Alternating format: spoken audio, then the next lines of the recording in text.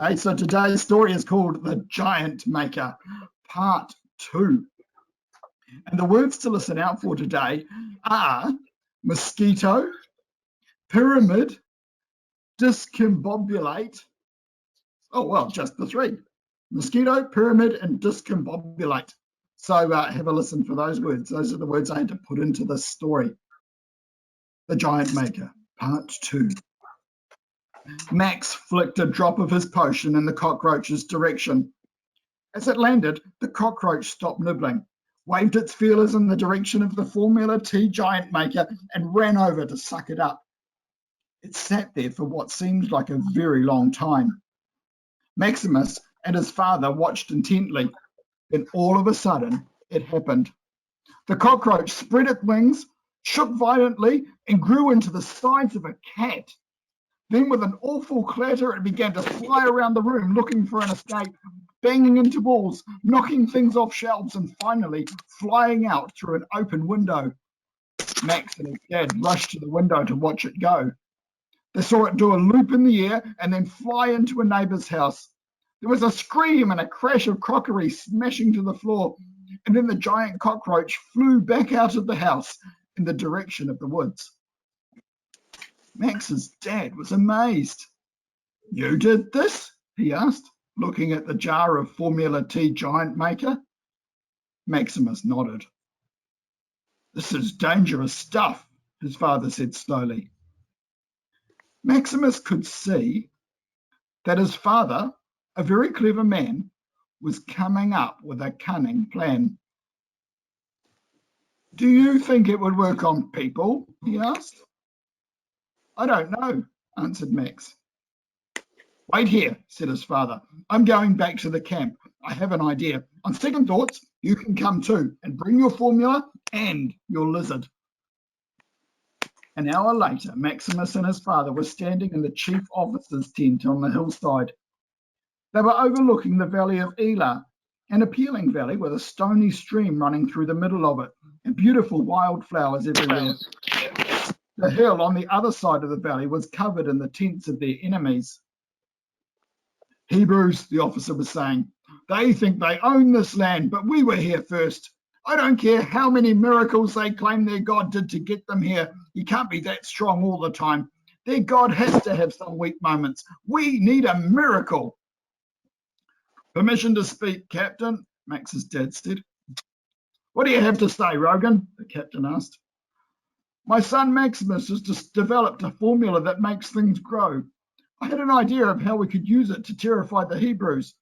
I heard that at one stage, long before they took over this land, the people were too scared to come in because they thought their God wasn't strong enough to conquer the giants. I'm wondering if we could use the same tactic that the Canaanites used then." "Ah, speak sense, man. All our men are short. We don't have any giants. And if we did, don't you think we would have thought of that?" the captain growled. "Take a look at this," Max's dad replied. He gestured to T-Rex. "This morning, when I left home, this lizard would sit on your hand. After taking some of the formula, it's now the size of a dog. The formula also worked on a spider and a cockroach too. There's no reason it wouldn't work on people." The captain took a good look at T-Rex. "So you're saying we can create giants to terrify the Hebrews? And who do you intend to try this on?" "It's never been tried on people before, so I'd suggest we try it on some more disposable people to start with. Maybe a kid? Then if anything goes wrong, we won't have wasted any of our good fighting men." "Okay, I want you to find 5 boys and try it out on them. Go see Zilch. He has 5 sons who all seem to be as puny and useless as their father. See what good it does to them. If it works, you'll both be greatly rewarded." Zilch's boys were indeed as pint-sized and feeble as what Zilch appeared to be. Max's dad told them that they were going to be given some special medicine to make them invincible, and that these orders had come from the commander-in-chief. It didn't take much convincing. Not only were they small and weak, but none of them were very clever either. They lined up for their medicine, and Maximus dished out a small spoonful for each of them. They loved the flavour, stood there licking their lips and waiting for the change to invincibility. It happened, sure enough. They flung their arms up in the air, their legs waved wildly, and a moment later, 5 giant boys were jostling for space on the lawn. Oh my goodness, stammered Zilch. I'm going to need to build a new house for my boys. I've always wanted to build a pyramid like the ones in Egypt. I wonder what they're like to live in. The 5 of them marched off to see the captain. As soon as he saw young giants, he came up with his plan. He called to the manager of his armory and pointed to the biggest of the boys. Dress this young man up in as much armor as you can. Then I want him to be sent to the front line, not to fight, but to threaten the Hebrews. He called up to the young man. What's your name, boy? Goliath, he answered. Okay, Goliath, when you get out there, this is what I want you to say. 4 days later, it was obvious that the captain's plan was working. The Hebrews were scared stiff of the giant, and they still didn't even know that the Philistine army had 4 more of them to come. The camp of the Hebrews had gradually retreated further up the hill, and though they looked brave in their defiance, they would all run away as soon as they heard and saw Goliath. Goliath, on the other hand, was loving his role. He had become the hero of the Philistines. He was a celebrity. He loved shouting out his threats, and even though they were all lies and he had never done a day's fighting in his life, he loved the power he had over his enemies. It was time for the daily challenge. Goliath strode out confidently in front of the army and called out the lines he had rehearsed.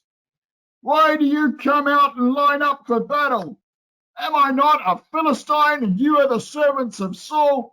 Choose a man and have him come down to me. If he is able to fight and kill me, we will become your subjects. But if I overcome him and kill him, you will become our subjects and serve us. This day I defy the armies of Israel. Give me a man and let us fight each other. As usual, he watched the Hebrew army back away and run to hide in their tents. He laughed out loud. But then, out of the corner of his eye, he saw a young boy walking down the hill to the river. He watched amused. The boy picked up 5 stones from the river and then walked up the bank as if to meet Goliath for battle. Goliath was very confident now, especially as the boy didn't even seem to have any weapons with him. My dog that you come at me with sticks, he called. Come here, and I'll give your flesh to the birds and the wild animals. He expected the young boy to turn and run away, but he kept on coming. Instead of terror, the boy called back, You come against me with a sword and a spear and a javelin, but I come against you in the name of the Lord Almighty, the God of the armies of Israel, who you have defied. This day the Lord will deliver you into my hands, and I'll strike you down and cut off your head. This very day I will give the carcasses of the Philistine army to the birds and the wild animals, and the whole world will know that there is a God in Israel. All those gathered here will know that it is not by spear or sword that the Lord saves, for the battle is the Lord's, and he will give all of you into our hands. Goliath was discombobulated. He had no idea what was going on. He wasn't supposed to work like this. He thought he had better look his part, so he put his hand on his sword and was about to pull it out when, thunk, something landed on his forehead. He thought it was a mosquito, but it hurt more than a mosquito. It was making him dizzy. He was falling. It seemed a long, long way to the ground. Goliath lost consciousness and fell flat on his face. Their giant had been defeated. Maximus had been watching and stood there horrified at what had just happened. He was still standing there in shock when the Hebrews ran up toward the Philistine camp shouting the victory cry. He was knocked over in the rush, and as he fell, The jar of Formula T Giant Maker crashed to the ground and broke. The army was defeated and scattered. The giants were targets. There would be no more giants. The formula had been lost forever. Surveying the scene the following day, the Hebrews were amazed to discover that a new forest had grown up overnight on the side of the hill. A forest of what seemed like very tall grass.